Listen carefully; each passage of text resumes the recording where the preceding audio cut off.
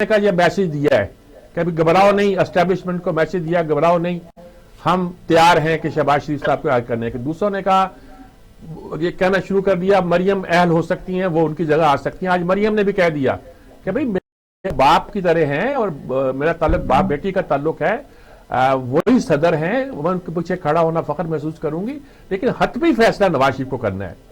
یہ کوئی ایسی بات نہیں ہے، لیکن اس پہ جو بحث چھڑ گئی ہے کیا کہیں گے آپ اس پہ؟ دیکھیں میرا خیال میں اس میں یہ جو آپ نے تینوں بیانات کا ذکر کیا ہے اس میں سب سے جو وزن ہے وہ مریم صاحبہ کے بیان میں ہے کہ حتمی فیصلہ نواز شریف صاحب نے کرنا ہے، کیونکہ پارٹی کا جو ووٹ ہے، پارٹی کا جو سٹرکچر ہے اور جو قیادت ہے وہ نواز شریف صاحب کے پاس ہے، اور شہباز شریف صاحب اس کے صدر تو ضرور ہیں، لیکن جو پاپولر پالیٹکس ہے یا لائلٹی ہے لوگوں کی وہ نواز شریف صاحب کے ساتھ ہے. ٹھیک ہے. اس لیے یہ جو مختلف نام آ رہے ہیں، شاہد خاقان صاحب ہیں، شہباز شریف صاحب ہیں، یہ تو میرے خیال میں ساری ہوائیاں اڑائی جا رہی ہیں، اور اس میں جو فیصلہ نواز شریف صاحب کریں گے وہی شخص پرائم منسٹر کا کینڈیڈیٹ ہوگا. آگے بننا نہ بننا اللہ کی مرضی ہے، لیکن فیصلہ ان کا ہی ہوگا.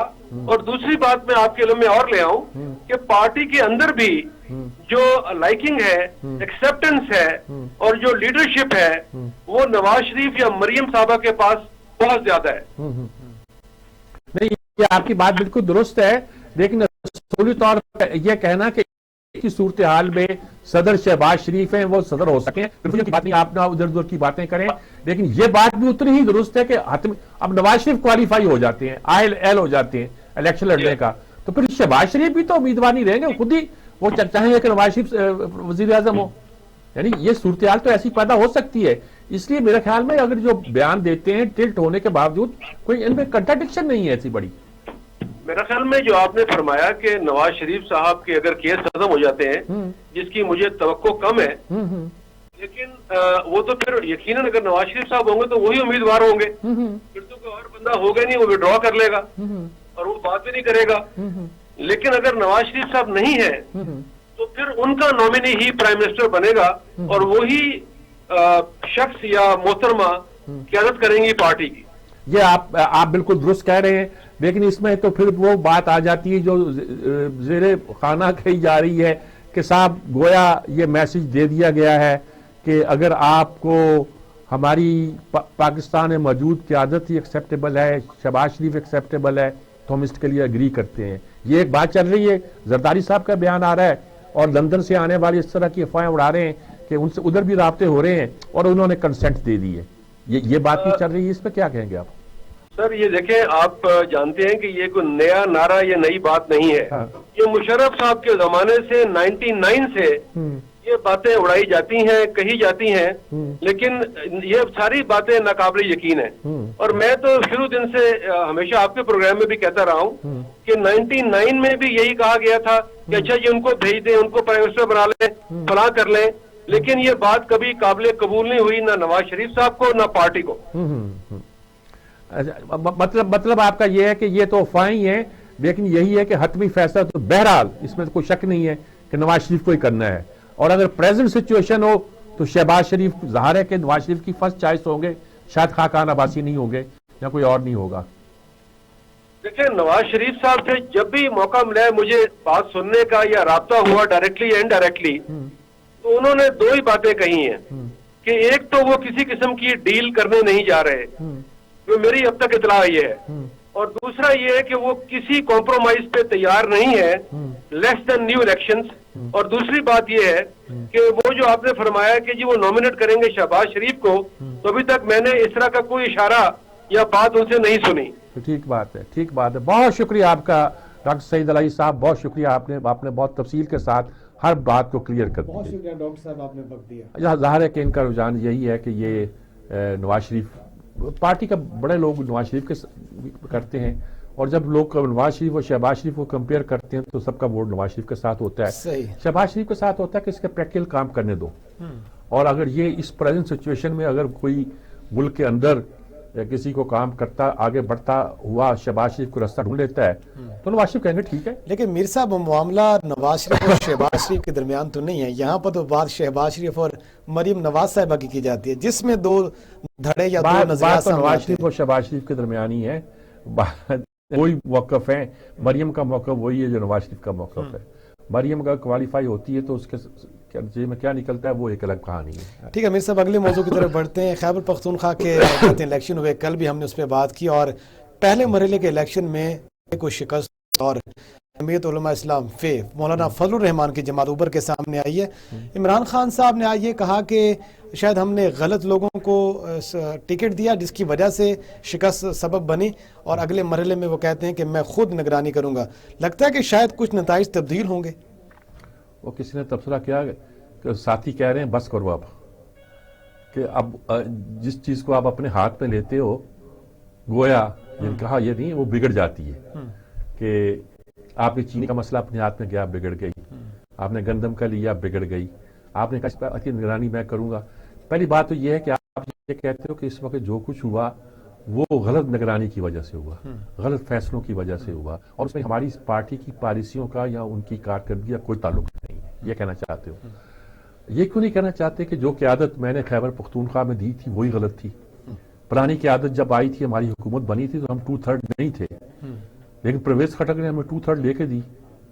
اب ہم نے پرویز خٹک کو وہاں سے نکال کر ایسی قیادت دی جو پرویز محمود خان صاحب نے کہا جی تحقیقات کروائیں گے اس معاملے کی کیوں شکست ہوئی, حالانکہ اوپر مین چیئر کے اوپر خود بیٹھے ہوئے. دیکھیے وہاں پارٹی کا سٹرکچر کیا ہے, وہ کہتے ہیں مرکز سے چلتا ہے. وہ سیف اللہ نیازی کیا ہے, وہ چیف آرگنائزر ہیں, اور عامر کیانی جو ہیں وہ سیکرٹری جنرل ہیں. کسی کو یاد ہے پاکستان تحریک انصاف کا سیکرٹری جنرل کون ہے؟ کسی کو اس نام کا علم ہے؟ ایک سوال ہے. وہ مطلب کیا ہے؟ مطلب کہ پارٹی تو یہیں سے چلائی جا رہی ہے نا جی. یہاں تو آپ کہیں کہ آپ پہلے جنہوں نے فیصلے کیے تھے اور 2/3 میجورٹی دلائی تھی, ہم ان کے ہاتھ جوڑ کے پھر ریکویسٹ کریں گے. جیسے کہ ابھی ہم نے 2 بل پاس کرائے ہیں تو ہمیں ریکویسٹ کرنی پڑی ہے, کیونکہ پہلی ڈر تھا کہ سب الگ ہو رہے تھے, ایم کے الگ ہو رہی تھی, کاف لیگ الگ آنکھیں دکھا رہی تھی. 24 گھنٹوں کے اندر یہ واپس آ گئے. اب اس کے پیچھے جو کہانی ہے, جو کہانیاں بیان کی جاتی ہیں, وہ تو میں یہاں نہیں سنانا چاہتا. سنی سنائی باتوں کو ہم ہوا نہیں دیا کرتے, یہ گپ شپ ہوا. لیکن اس میں مسئلہ یہ ہے کہ اگر اب آپ نے کہہ دیا, یعنی گویا آپ نے ابھی شکست تسلیم, اچھی بات ہے شکست تسلیم, یہ کہا کہ شکست تسلیم آپ یہ کہیں ہماری غلطیاں تھیں, اب غلطیوں کو ہم ریکٹیفائی کریں گے. پی ٹی آئی کے اپنے رہنما تو کہہ رہے ہیں نا, شوکت یوسف زئی نے کہا جی مہنگائی وجہ تھی. آج فواد چودھری نے کہا کہ ہماری غلطیوں کی وجہ سے ایک ایسی جماعت اوپر کی آئی جس کو شاید ختم ہو جانا چاہیے تھا. مزید بات کرتے ہیں, ہمارے ساتھ موجود ہیں صحافی ہیں, تجزیہ کار ہیں, پرسن میں جناب حفیظ اللہ نیازی صاحب. حفیظ اللہ نیازی صاحب جناب صحافی کیا تجزیہ کر گیا, یہ تو دانشور ہیں ہمارے. میں کہا کرتا ہوں حفیظ اللہ نیازی صاحب آپ کے شاگرد جناب, میں کہا کرتا ہوں کہ جب میں ایڈیٹر تھا یا کالم نویس تھا صرف تو دانشور کہلاتا تھا. اب جب سے یہ ٹی وی پہ اینکر بن گیا ہوں تجزیہ نگار ہو گیا ہوں. یہ ایک جنرلائز نام ہوتے ہیں تو بس اس لیے بتانے کے لیے کبھی کبھی بتانا پڑتا ہے. اچھا ہم بات کر رہے ہیں جناب, بات پہ آتے ہیں کہ آپ کے بھائی نے اب یہ کہا ہے کہ وہاں جو کچھ ہوا ہے میں اب نگرانی کروں گا, یعنی کہ اب غلطی کوئی تسلیم نہیں کی. کیا لگتا ہے کیا کہ پارٹی کے اندر کیا احساس ہے, کیا ہوا, اور آپ کا تجزیہ کیا ہے کہ کیا ہوا اور کیا ہونے جا رہا ہے؟ صاحب پہلی بات تو یہ ہے کہ عمران خان صاحب کی جو ٹویٹ ہے نا, اس میں جو اس کا پہلا حصہ ہے اس میں شکست تسلیم کر لیا. بڑا کم ہوتا ہے کہ عمران خان اس طریقے سے جو ہے بڑے واضح انداز میں شکست تسلیم کرے. ٹھیک ہے, اس کے اندر پھر جو ان کا انداز ہے میم ایک ڈالنا سارا کچھ. دوسروں نے کہا جی کہ اس کی وجہ بتائی ہے. اچھا وجہ بتائی ہے وہ بھی عمران خان صاحب جس سے میں واقف ہوں, وہ بڑا حوصلہ افزائی کی ہوتی ہے. پی ٹی آئی والے آپ دیکھ لیں کہ کورس میں جو ہے نا وہ لگے ہوئے ہیں جی کہ چونکہ ہمارے کینڈیڈیٹ آپس میں لڑ پڑے تھے, چونکہ فلاں بندہ بھی ہمارا تھا, عمران خان صاحب کی تصویر استعمال ہو رہی تھی. یہ ٹھیک ہوتا ہے, آپ کی پارٹی کو آپ کو چاہیے کہ اس طرح کی جو مایوس ہے کہ پورا ملک جو ہے تحریک انصاف کی ان ایکسپیکٹڈ شکست جو کیونکہ کوئی اس طرح پریڈکٹ نہیں کر رہا تھا, اس کے بعد تحریک انصاف والے انڈر پریشر ہیں, پورا میڈیا جو ہے ہر پر جو ہے ان کی گوشوالی کر رہا ہے, ان کے اپنے بھی اور جو لوگ ان کے ویسے ہی مخالفانہ ان کا ذہن رکھتے تھے. اب اس صورت میں انہوں نے ان کو تھوڑی سی زبان دے دی ہے, اس کا اثر ہو یا نہ ہو, تاثیر ہو یا نہ ہو, کہ ہماری شکست کی وجہ آپس کی لڑائی ہے. آپ یہ دیکھیں کہ عمران خان صاحب کو یہ کہنا کہ میں خود نگرانی کروں گا, یہ سب جو چیز ہوتی ہے نا, اس کی وجوہات جب تک تلاش نہیں کریں گے نا تو عمران خان صاحب نگرانی کر لیں. نگرانی انہوں نے شوگر کی بھی کی, انہوں نے LNG کی بھی کی, انہوں نے کس چیز کی نگرانی نہیں کی. ٹھیک ہے, میں بھی یہی کہہ رہا تھا. جی بالکل ٹھیک ہے. نہیں, میں نے کہا ساری نگرانی بالکل ٹھیک فرما رہے ہیں آپ, بالکل ٹھیک فرما رہے ہیں. اچھا, ساری نگرانیوں کے اندر جو چیز نہیں کی عمران خان صاحب نے, کہ جو اس کی جو جس وجوہات سے وہ چیزیں پیدا ہوئی تھی ان کو ایڈریس نہیں کیا.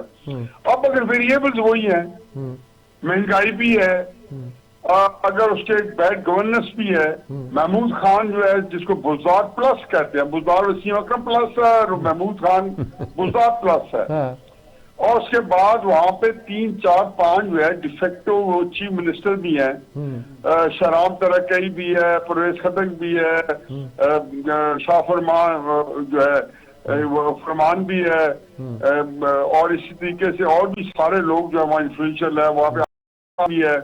ہر بندہ اس نے اپنی ایک 1.5 انچ کی مسجد بنا رکھی ہے. جب یہ ویریبل چینج نہیں ہوں گے تو میں آل فیئرنیس عمران خان صاحب اگر بالکل ہی ڈانگ نہیں ٹپا رہے اور ایک کچھ سنجیدہ بات کر رہے ہیں, تو اس سنجیدہ بات کی کوئی سینس نہیں بنتی کہ میں خود نے دو کروں گا. میرا بڑا خیال ہے کہ اس الیکشن نے جو بھرم تھا رہا تحریک انصاف کا وہ ختم کر دیا ہے. ایک ہوتا ہے اس کا ضائع ہو گئی. مجھے اگلے جو سیکنڈ دور ہے, پتہ وہ کراتے ہیں یا نہیں کراتے, مجھے تو لگتا ہے بھاگ نہ جائیں جیسے پنجاب کے اندر وہ لارے لے کے آگے ٹپاتے آتے ہیں, کہ اب اگلے الیکشن میں تحریک انصاف کو مزید نقصان پہنچے گا, کیونکہ اب ایک لہر چل پڑتی ہے نا, فضا جاتی ہے.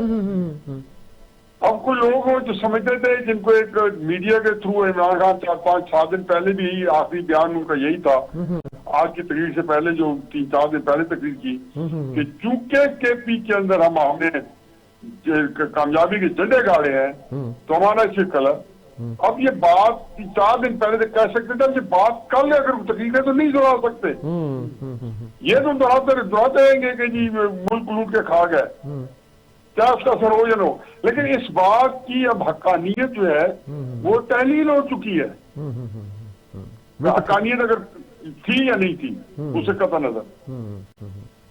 بالکل ٹھیک فرما رہے ہیں آپ. اس کا مطلب ہے کہ اس وقت وہ غالباً درست نہیں ہے. مجھے تو یہ لگتا ہے, پر عجیب سی بات ہے کہ انہوں نے کہا کہ اس بار ہم نے رلائے کیا اپنے لوگوں پر, اب ہم انہی پر رلائے کریں گے, میں کروں گا, کہ مطلب ہے کہ انہی سے خوشامد کریں گے جو جنہوں نے پہلے امیدوار نامزد کیے تھے. یہ مطلب تو نہیں ہے. نہیں صاحب, اس میں کوئی کلیئرٹی نہیں ہے ان کی. یہ کہنا کہ کلیئرٹی ہے, کلیئرٹی نہیں ہے, یہ بڑے کنفیوز ہے. کہیں پہ دیکھو نا, ہر بندہ وہاں بات نہیں بولی ہے. کوئی بندہ کہہ رہا ہے جی کہ ہم نے اپنے بندہ کو ٹکٹ نہیں دیے. دیکھو گراؤنڈ پہ عمران خان صاحب کو,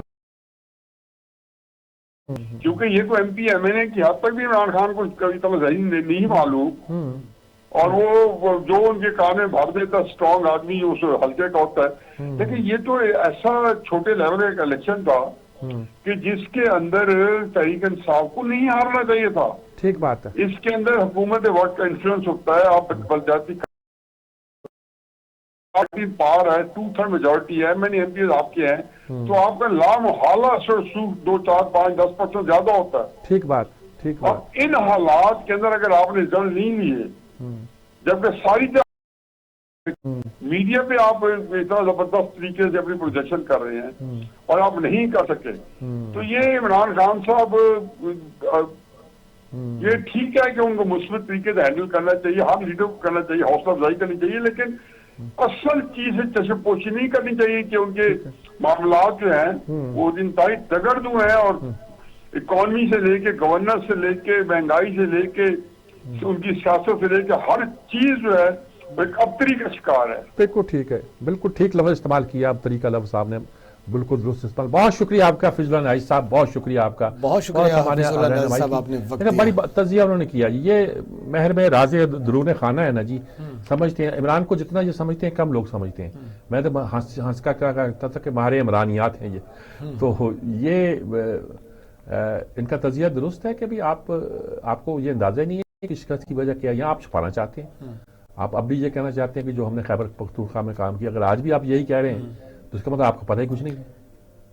یہی مطلب ہوا نا جی. ٹھیک ہے میر صاحب, شہباز گل نے ایک بات کی ہے, اس پہ پھر ہم بریک لیں گے. انہوں نے کہا جی کہ پہلے فیز ہماری ناکامی پر خوشی کے شادیانے بجانے والے شاید اگلے فیز میں ہماری کامیابی پر آنسو بہا رہے ہوں گے. دیکھتے ہیں تحریک انصاف پلٹ کے کیسے شہباز گل کے آپ کے حوالے کیوں دیتے ہیں؟ ویسے میں آپ سے ویسے ہی پوچھ رہا ہوں, ترجمان ہے سر ان کے. آپ مزے کی بات آپ سے پوچھ رہا ہوں, ہمارے ٹیکسوں پہ جتنے لوگ پل رہے ہیں یہ ان میں سب سے ہی انوکھی چیز ہے. یعنی کیا ڈیوٹی ہے اس کی؟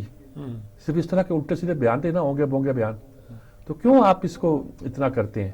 چلیے مرضی آپ کی, پھر میری بات سن لیتے ہیں, آپ آگے چلیے. معاونی خصوصیاں کیا کہا جا سکتا ہے؟ مزید موضوعات پر بات کریں گے. یہاں وہ میزائل تنصیبات کا آغاز کیا اور کہا یہ ہے کہ پاکستان اور چین سے ہمیں خطرہ ہے, تو لہٰذا روسی میزائل دفاعی نظام S-400 کی تنصیب کی جا رہی ہے.